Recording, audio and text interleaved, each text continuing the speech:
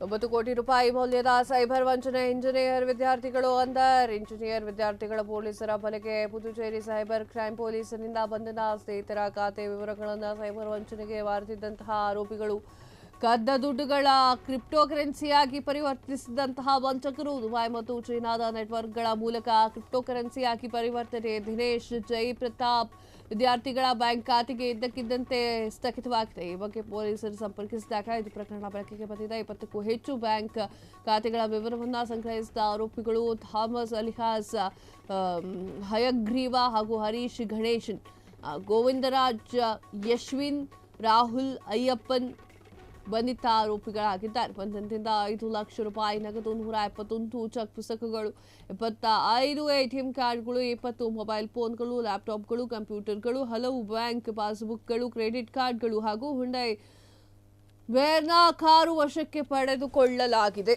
ನೋಡಿದ್ರ ವೀಕ್ಷಕರೇ, ಯಾವ ರೀತಿಯಾಗಿರುವಂತಹ ವಂಚನೆ ಅಂತ ಹೇಳಿ ನಾವು ನೀವು ಯಾರೂ ಊಹಿಸೋಕ್ಕೆ ಸಾಧ್ಯವೇ ಇಲ್ಲ. ಆ ರೀತಿಯಾಗಿರುವಂತಹ ವಂಚನೆ.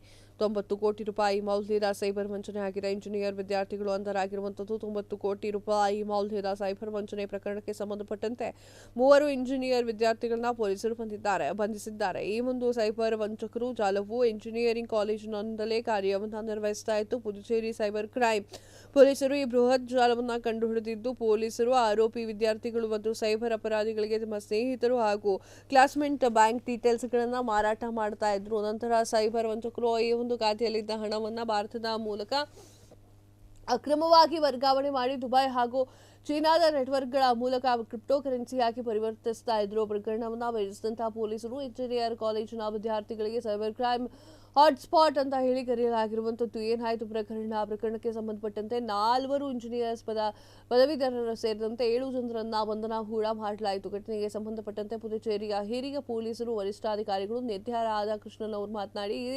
ಬಂಧನಗಳು ಸೈಬರ್ ವಂಚಕರ ವಿರುದ್ಧ ಮಾತ್ರವಲ್ಲದೆ ಆನ್ಲೈನ್ ವಂಚನೆಯ ವಿರುದ್ಧವೂ ಕೂಡ ಆಗಿದೆ ಎನ್ನುವಂತಹ ಮಾತುಗಳನ್ನು ಆಡಿದ್ರು. ಇಂತಹ ಘಟನೆಗಳು ಕಂಡು ಬಂದರೆ ದಯವಿಟ್ಟು ಮೊದಲು ಒಂದು ಕಂಪ್ಲೇಂಟ್ ಕೊಡಿ ಅಂತ ಹೇಳಿದ್ದಾರೆ.